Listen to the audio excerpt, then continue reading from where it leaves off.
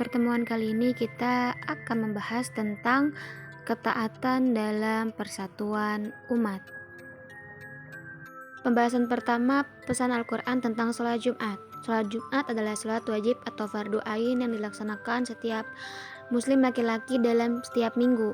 Sholat Jumat dilaksanakan 2 rakaat dengan berjamaah setelah khutbah pada waktu zuhur di hari Jumat.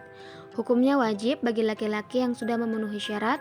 Sholat Jumat harus dilaksanakan secara berjamaah di masjid, tidak boleh sendiri. Jadi sholat Jumat ini adalah sholat yang wajib dilaksanakan oleh setiap muslim laki-laki yang sudah memenuhi syarat. Syarat yang dimaksud yaitu Islam, balik, dan berakal. Selanjutnya yaitu ketentuan sholat Jumat. Selanjutnya itu ada ketentuan sholat Jumat. Ada beberapa syarat wajib sholat Jumat. Yang pertama Islam, agamanya Islam. Yang kedua balik. Yang ketiga berakal. Yang keempat laki-laki. Yang kelima tidak sedang dalam keadaan sakit atau berhalangan melaksanakan sholat Jumat. Dan yang terakhir atau yang keenam adalah orang yang menetap atau mukim di suatu desa, daerah, ataupun suatu pemukiman masyarakat. Selanjutnya itu ada syarat sah sholat Jumat. 1. Dilaksanakan di tempat yang telah dijadikan tempat mukim oleh penduduknya, contohnya masjid terdekat atau masjid setempat. 2. Dilaksanakan secara berjamaah. 3. Dilaksanakan pada waktu zuhur. Yang keempat yaitu didahulukan oleh 2 khutbah. Selanjutnya yaitu khutbah Jumat. Khutbah Jumat merupakan nasihat atau tuntunan ibadah yang disampaikan oleh khatib kepada jamaah sholat Jumat. Selanjutnya itu ada rukun 2 khutbah Jumat. Ada beberapa rukun. Yang pertama mengucap pujian kepada Allah. Yang kedua membaca salawat atas Rasulullah. Yang ketiga melapalkan wasiat ketakwaan. Yang ketiga membaca ayat Al-Quran pada salah satu khutbah. Yang kelima yaitu pada 2 khutbah berdoa untuk semua umat Islam. Selanjutnya itu ada syarat 2 khutbah.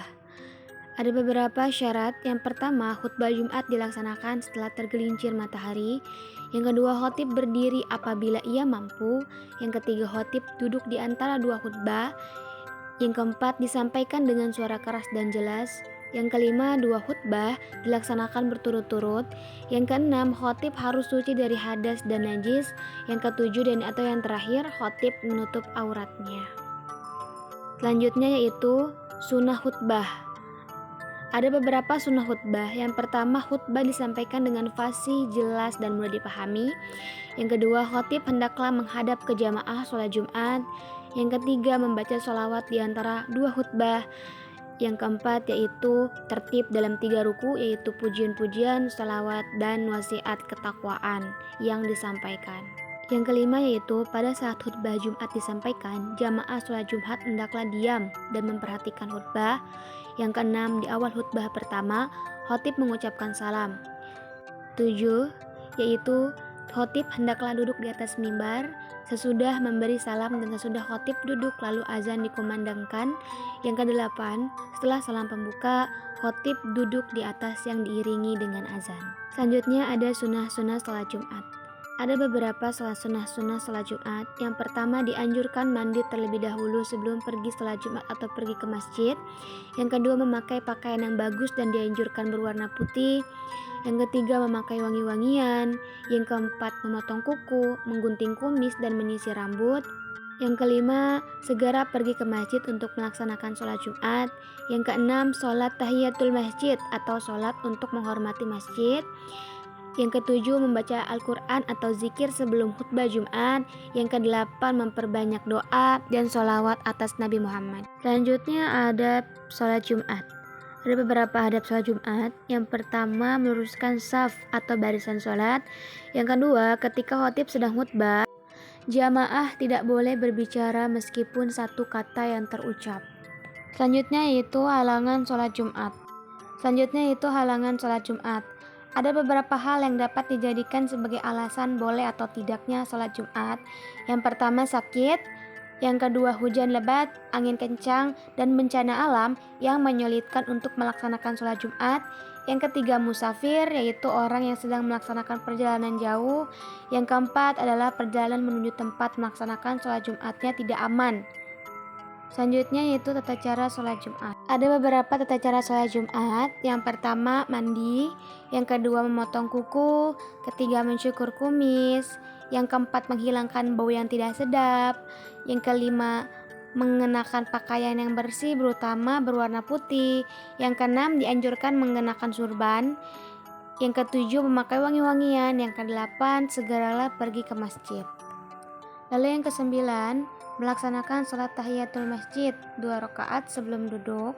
Yang ke-10, membaca zikir, sholawat atas Nabi dan membaca Al-Quran sebelum khatib naiki mimbar. Yang ke-11, ketika masuk waktu zuhur, muazin mengumandangkan azan yang pertama.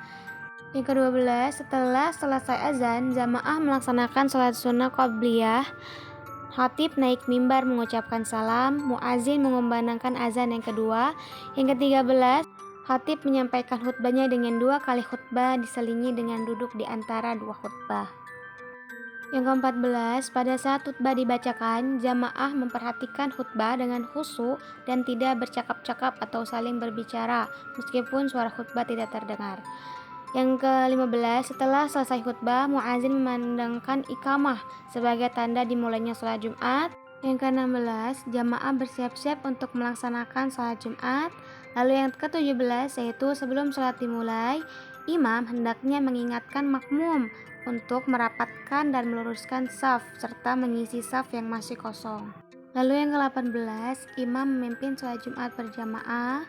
Yang ke-19, disunahkan untuk berzikir dan berdoa setelah sholat Jumat. Yang ke-20 yaitu sebelum meninggalkan masjid disunahkan untuk melaksanakan sholat ba'diyah terlebih dahulu. Selanjutnya yaitu ada hikmah sholat Jumat. Ada beberapa hikmah. Yang pertama, termasuk orang yang memuliakan hari Jumat. Yang kedua, menguatkan silaturahmi antar sesama. Yang ketiga, mengetahui kondisi jamaah yang lain. Yang keempat, berkumpul umat Islam dalam masjid merupakan salah satu cara mencari berkah. Yang kelima, mendorong semangat ibadah di masjid. Yang keenam, pahala kebaikan dilipat gandakan. Yang ketujuh yaitu mendorong diri untuk terbiasa disiplin tepat waktu. Baik, cukup sekian pembahasan materi hari ini. Kurang lebihnya saya mohon maaf. Wassalamualaikum warahmatullahi wabarakatuh.